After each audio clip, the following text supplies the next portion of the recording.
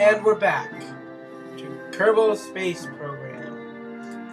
So we're going to be resuming from the last episode. Although I doubt we'll be flying today. Last episode was about 30 minutes, which I didn't really intend on. I kind of intended on like maybe a 20-minute video. So today we're just going to go over the parts. And we'll do that in the vehicle assembly building, which is really fun. Is for rockets and I guess like rovers and stuff. So MK1 cockpit. Okay, this is the standard airplane cockpit you see at the front, etc. It's not like it's not airproof or anything, because I've built rockets with this into space, and it's much better for internal cockpit views. However, it can only hold one crew. You can't put anything on the front of it, like a parachute or whatever. And it's not a very it's not really ideal for rockets. This is another airplane cockpit. This is actually, I see this most often used when making space planes. This is basically a cockpit built into the fuselage, so you can attach them to both ends. So I'll show them. That's that cockpit. This is the Mark II cockpit. You can attach it to like there, etc. So there's the MK12 command pod, which holds 3 people, or 3 crew members, and it can connect at the top. It has a Rockomac size at the bottom. I'll go into that in a bit more detail later.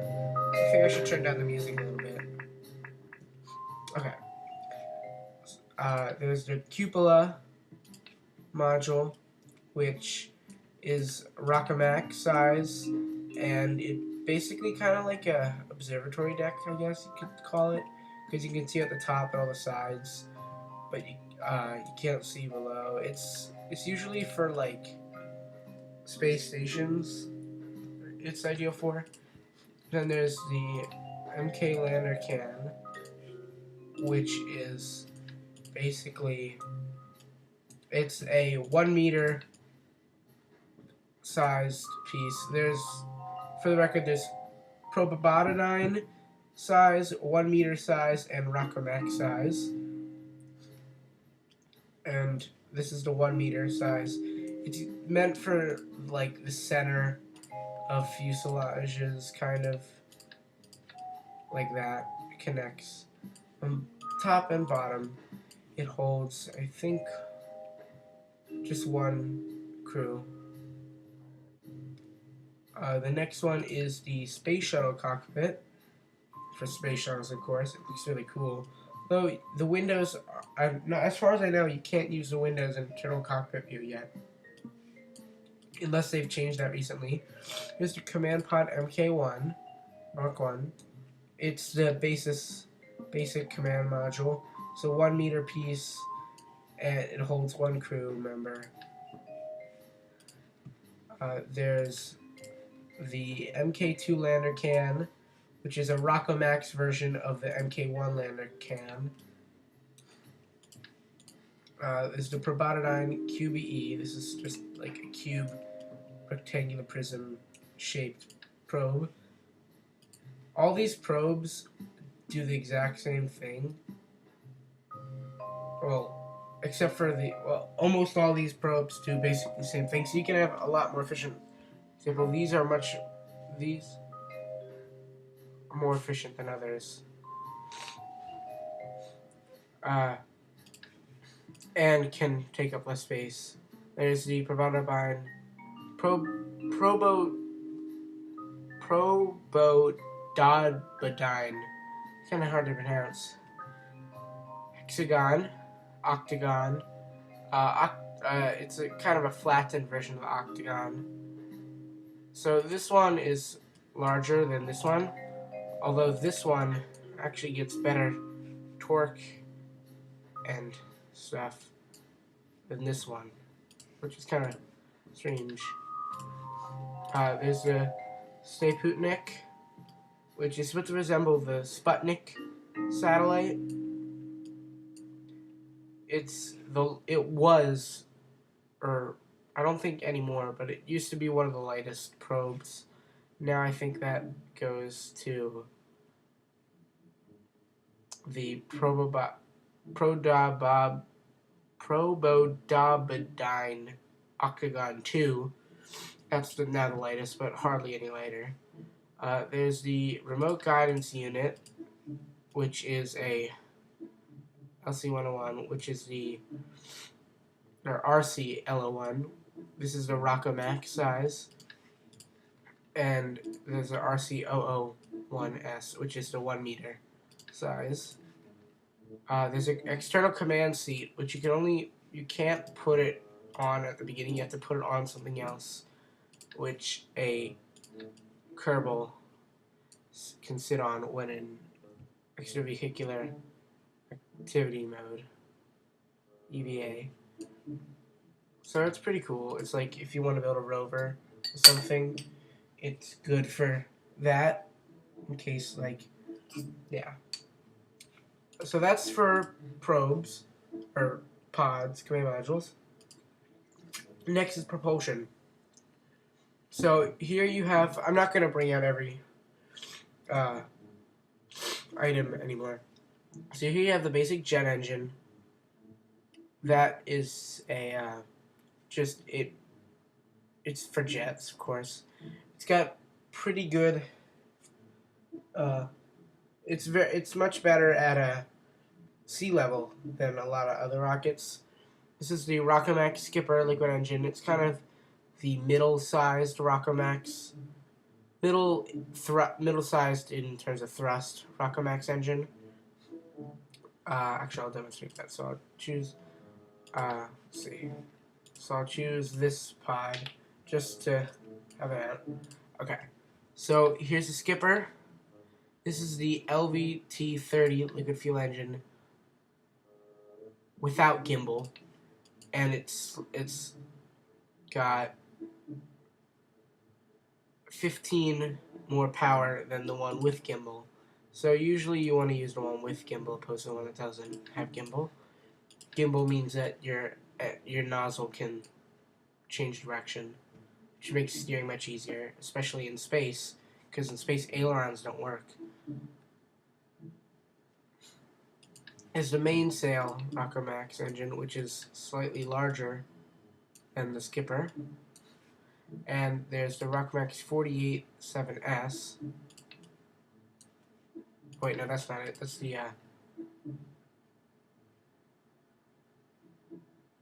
that's the probe, actually. I don't know why it's called Rockomax. This is the Rockomax Poodle engine, which is even smaller. So, that's your Rockomax engines. You have, in addition to the 1 meter engines, LVT-30, LVT-45, you have the LV-909, which is just a smaller version. It's 1/4 the power of the gimbaled one. You have this probe engine, Rockomax. I don't know why it's titled Rockomax, but it's a probe engine which has 20 power. This LV1 liquid fuel engine is teeny tiny and only has 1.5 power. So this one's hardly larger and it's got much more power. There's the 1 meter atomic rocket motor. It's very good in deep space, although it's incredibly efficient in space, in deep space. However, it doesn't have very high thrust. Even though it says 60, it's very slow for it to like gain momentum, I guess. This is a radial version of the LV1 liquid fuel engine. A radial version of, I believe, I think it's closest to. It's usually it's a. I guess you could consider it a 1 meter radial engine. There's the Separatrons, which are tiny probe-sized SRBs, which are usually just used to propel debris from the spacecraft so it doesn't hit it. There's a Rockomax. This is also a probe engine. Well, actually, it's not a probe engine. It's a Rockomax engine, and it's radial because it's pretty good. It's got 20 power. So does this one. So, but you can fit more in one area with this one. So I recommend using this over that, unless it's part of your design. Here's a 1 meter SRB, standard SRB, a 1 meter Rockomax SRB. SRB stands for Solid Rocket Booster. Toroidal aerospike rocket, which is not incredibly good. It's quite good. However, you cannot place a stack decoupler underneath it. So this has to be a very bottom stagey rocket, which is the downfall of it. There's a turbojet engine, which is it's better than the basic jet engine at higher altitudes. You have your fuselage, jet fuel, RCS fuel tanks. This is the 1 meter Rockomax and probe. A radial monopropellant RCS fuel tank is monopropellant. A 1 meter standard tank, a Rockomax standard tank, Rockomax half tank, Rockomax double tank, Rockomax quarter tank, 1 meter half tank, 1 meter quarter tank, 1 meter double tank, Oscar B fuel tank, which is for probes, MK2 fuselage for planes, MK2 to size to MK1 fuel adapter, so it would go from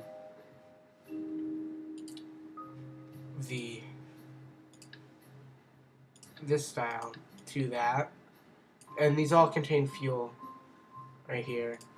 And then there's the MK3, which is for space shuttle, and is a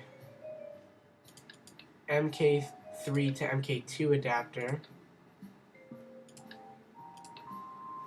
So then you can add MK2 underneath.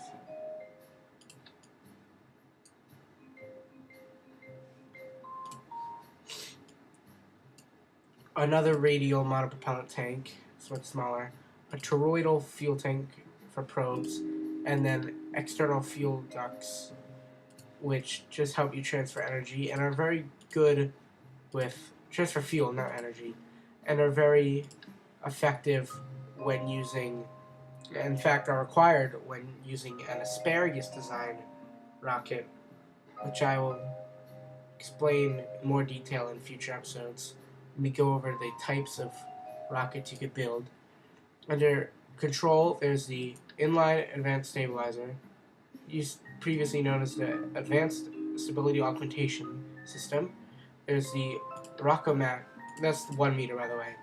There's the Rockomax advanced SAS, avionics package, a non-advanced stability augmentation system of 1 meter, RCS thruster block,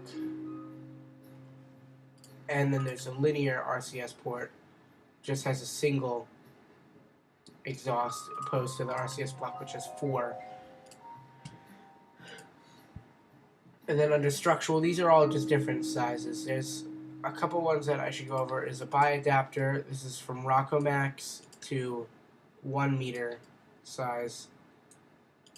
There's a Rockomax to 4 1 meter, and same with Rockomax to 3 1 meter,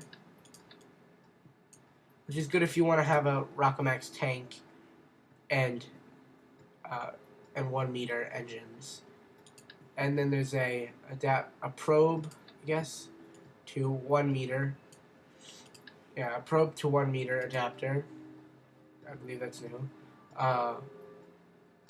A 1 meter 6-way hub. You can just connect anything to, really. Your struts, you use them to increase the structural integrity of the object. Is a 1 meter to 2 1 meter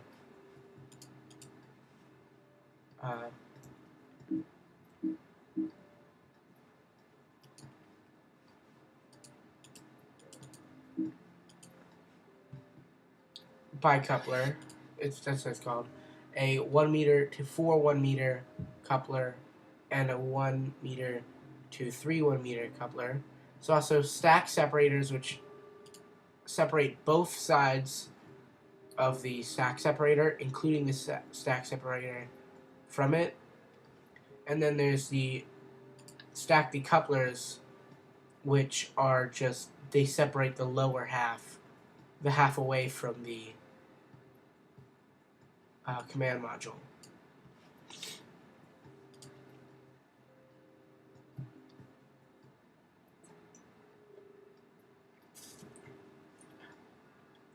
Let's see, what else is there? Sorry, I had to refresh the, or not refresh, make it go to a new page, because when I placed on the strut, it glitched a little. There's aerodynamic things such as nose cones, this engine nacelle, circular intake, radial air intake, and ram air intake all provide oxygen to jet fuel. The radial engine body does not, however, it increases the performance of the engines. Ailerons, here, here, here, here. Yeah, so this is an aileron, a large aileron, small aileron. It's an R8 winglet, which can also function as an aileron, and a delta winglet with an added or built-in aileron at the bottom. Let's see. There's hitchhiker storage container, which is basically just like living quarters for astronauts. There's batteries, solar panels here, here, here, here, here, and here. Ion engine and xenon container for the ion engine. Ooh, there's a radial xenon container, which is new. 2 landing gears and a probe landing gear. Docking port, docking port, docking port, and docking port. Mobility enhancers here, here, and here. Parachutes here, here, here, and here. This one's radial. Lights here and here. Normal wheels here, and the rest are rover wheels. And under science, you have the 2 communications. This opens up like a satellite dish, and this is just an antenna. This measures your acceleration not due to gravity. This is your barometer, measures pressure of air, gravity detector, and thermometer. And that's all the parts. So I think I'm going to have to end it here. That was probably like 20 minutes. Probably more like 15. It's kind of boring, but a necessary part of this, because otherwise I might be talking like science, and people might not understand what I'm really talking about. So, see you guys next time. Bye.